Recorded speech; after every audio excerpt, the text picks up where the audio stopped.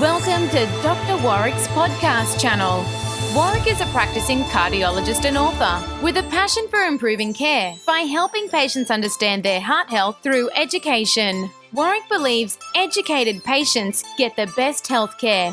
Discover and understand the latest approaches and technology in heart care and how this might apply to you or someone you love.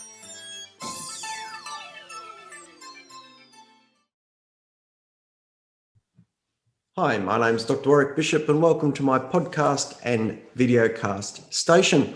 Today I'm delighted to have as a guest for interview Angela Peris, who's a registered nurse with a special training in ICU and coronary care, but she's also got a genuine interest in holistic well-being, and she's an author of 2 books. The first, Loving Your Heart, and the second, Your Human Blueprint to an Extraordinary Life. Hi, Angela, and welcome. Thank you, Warrick.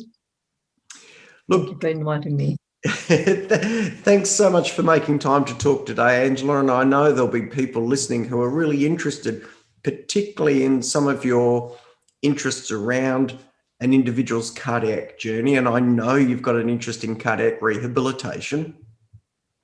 So what I wanted to really ask you about in a practical sense is, what do you see as some of the really important issues for cardiac rehabilitation that you come across for patients on a regular basis? What are the big 3 that you would see as the biggest challenges for cardiac rehab?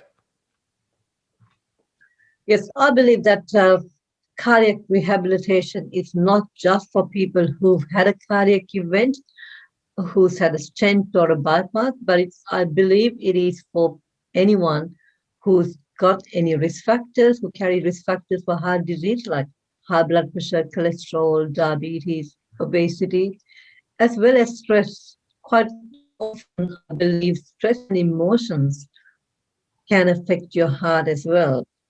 So managing those emotions. Cardiac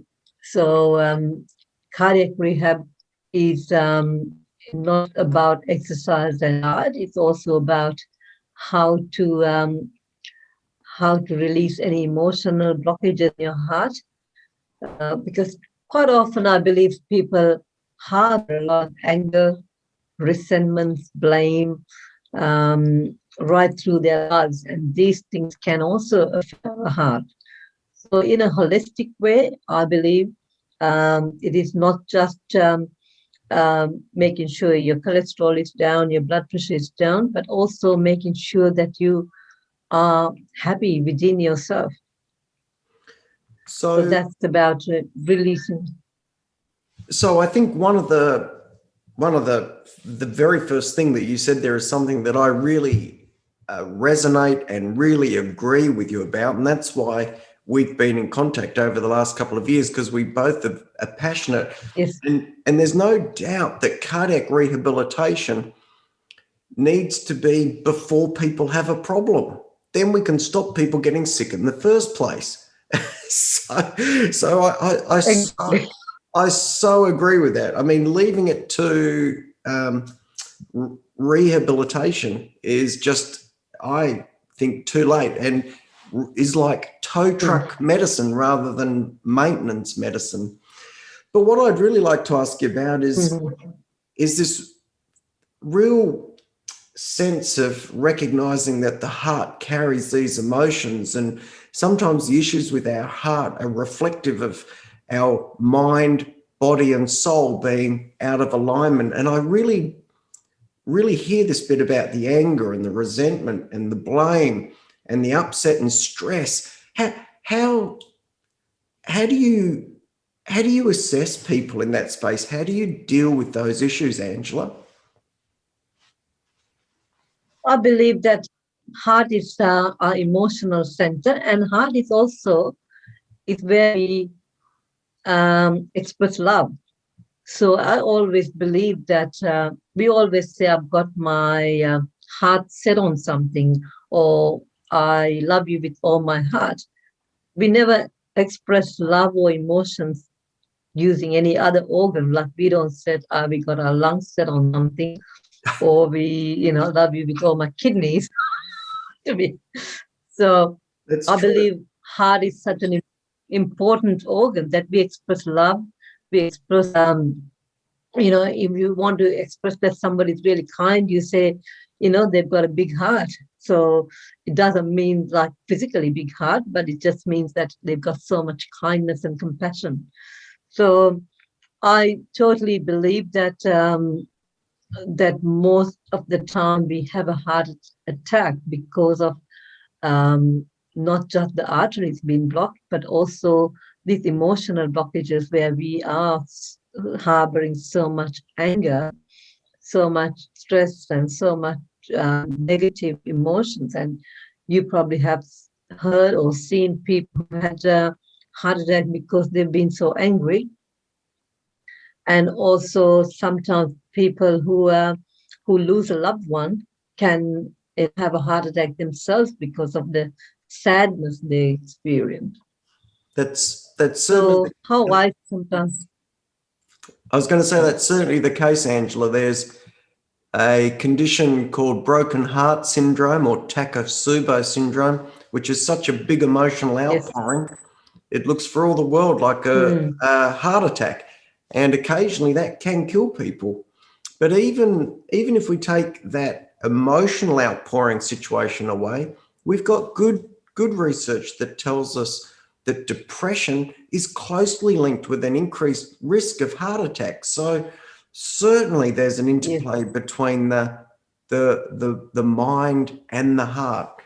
And you're right, the heart really is central to our emotional directives and goals. I've never heard anyone say, I've set my kidneys on this as an idea, but you do set your heart. Yeah, that's true. It's a great exercise. It is. And I think, the easiest way to release those emotions is forgiveness. And I was talking to a cardiologist some time ago in Sri Lanka, and he wanted to know a bit about my book, Loving Your Heart. And I told him that I totally believe in forgiveness and letting go, and also meditation.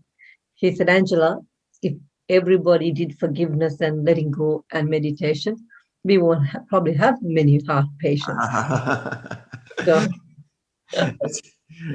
I'm not sure that's entirely true, but there's a fair bit of truth in that. Exactly.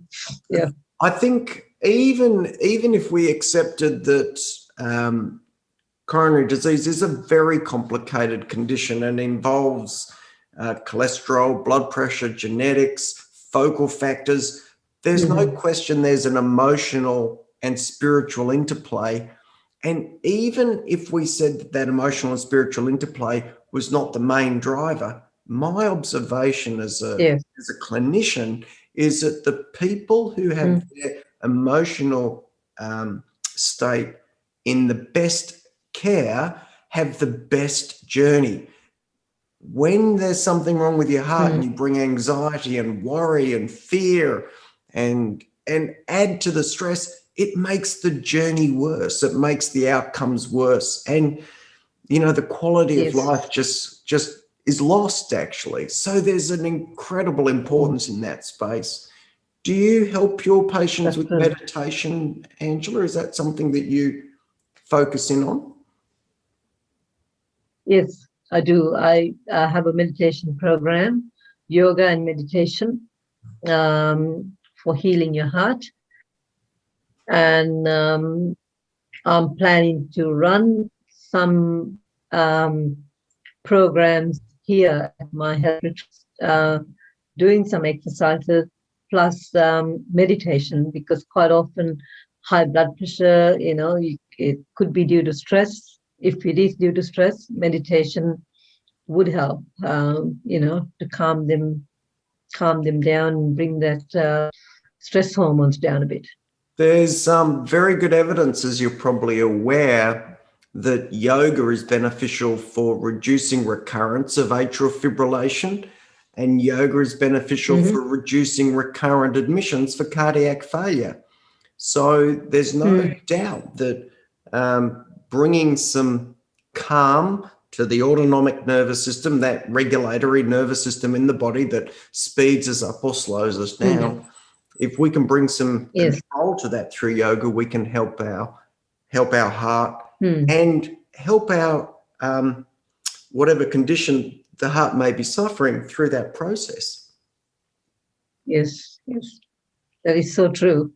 Yeah, as we discussed earlier, cardiac rehab or cardiac wellness is before an event, before you actually have a heart attack. It would be, for anyone who carry those risk factors as a preventative so that they can reduce their risk of having a fatal heart attack or an untimely death. So that's probably what you promote a lot as well as I do, talking about the heart and helping people to understand how to look after this vital and most important organ. Look, I think there's no question we're on the same page there, Angela. I'm going to wind up though, because we've gone over 10 minutes. But what I really love about what you've said is that you really are talking about closing the loop and cardiac rehab, not just responding to people who are sick, but really being pro-hab and fixing people before they get unwell, which I think is so important. And the other thing is you've really raised that awareness about our emotional well-being being so closely linked to general well-being and heart health. Thank you so much for sharing with us today, Angela. You're welcome. Thank you. Thank you, Warrick, for your time. Thank you. I'm going to finish up there. For those who are listening, what a excellent bit of information to consider and think about keeping well, avoiding getting sick in the first place. And if you do get sick in the first place, making sure that you consider that stress, the balance, the emotional blockages that Angela was talking about. So wise, so sensible, and I see it every day myself. Thank you so much for listening. If you have any queries or questions, drop us a note at Dr. Warrick Bishop at Dr. Warrick Bishop at drwarrickbishop.online. If you've got any queries or questions, please don't hesitate to be in touch. Thank you for joining us. Look after yourselves. Until next time, please don't die from a heart attack. Goodbye. You have been listening to another podcast from Dr. Warrick. Visit his website at drwarrickbishop.com for the latest news on heart disease. If you love this podcast, feel free to leave us a review.